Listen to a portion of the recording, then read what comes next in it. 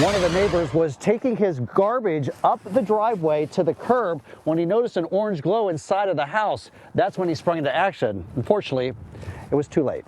Just pray that he is received into the arms of God's mercy and embraced by that eternal love. Pastor Chris Helton is talking about his elderly neighbor who died inside this house on East Ridgewood Thursday night. Saw an orange light in the window, didn't look right. As I got closer, I really thought, oh my God, it's a fire. Helton dumped his trash can where it was in the drive and made his way across the street. Went to the front door, banged on it, yelled his name.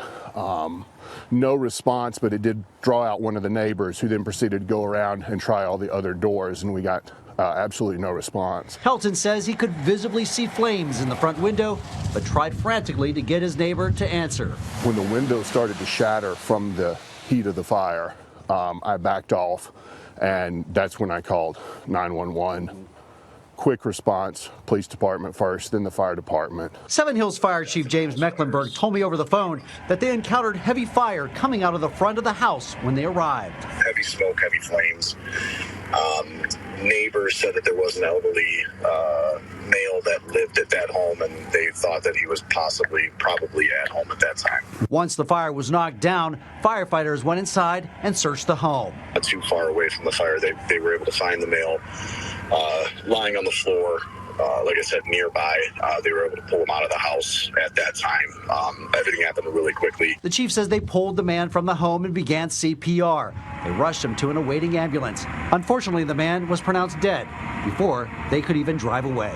Small city bedroom community, and to start a year off with a death in a house fire is pretty rough. Helton says they did all they could do to try and save his neighbor. And while death always tests one's faith, well, I think we have to trust ourselves to God's grace, trust our neighbor to that same grace, lift him up in prayer, and just pray that God will embrace him in divine love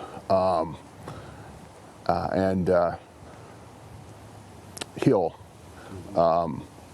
heal anything that is broken or wounded, and grant him eternal life. So that was certainly my prayer last night. Helton says his neighbor kept to himself, was quiet.